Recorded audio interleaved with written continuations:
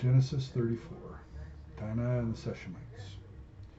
Now Dinah, the daughter of Leah, had born to Jacob, went out to visit the women of the land. When Shechem, son of Hamor the Hivite, the ruler of the area, saw her, he took her and raped her. His heart was drawn to Dinah, daughter of Jacob. He loved the young woman and spoke tenderly to her while raping her. And Shechem said to his father Hamor, "Get me this girl as my wife."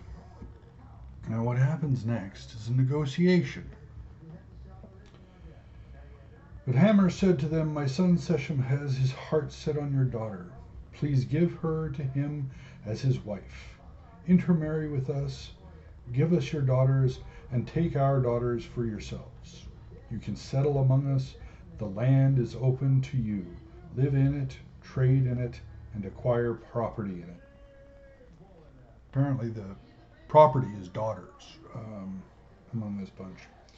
So what happens next is that Jacob convinces all of them to get circumcised, including the rapist, who Dinah is now living with, because under their laws, if a woman is raped, her rapist, she must live with him. That's a great way to deal with trauma of rape, is to make them live with the rapist.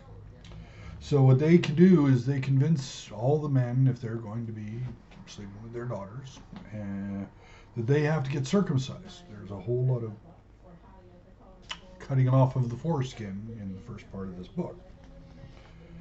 All too much, you might suggest. All the men agreed. This is chapter 24. This is verse 24. All the men who went out of the city gate agreed with Hamor and his son Shechem, and every male in the city was circumcised. 3 days later, while all of them were still in pain, 2 of Jacob's sons, Simeon and Levi, Dinah's brothers, took their swords and attacked the unsuspecting city, killing every male. So they were successful, 2 men on hundreds, because the rest of the men were running around holding on to their aching penises. They put Hamor and his son Shechem to the sword and took Dinah from Shechem's house and left. The sons of Jacob came upon the dead bodies and looted the city where their sisters had been defiled. And here is Jacob's response. "You have brought trouble on me by making me obnoxious to the Canaanites and the Perizzites, the people living in this land. We are few in number, and if they join forces against me and attack me, I and my household will be destroyed." But they replied, "Should we have treated our sister like a prostitute?"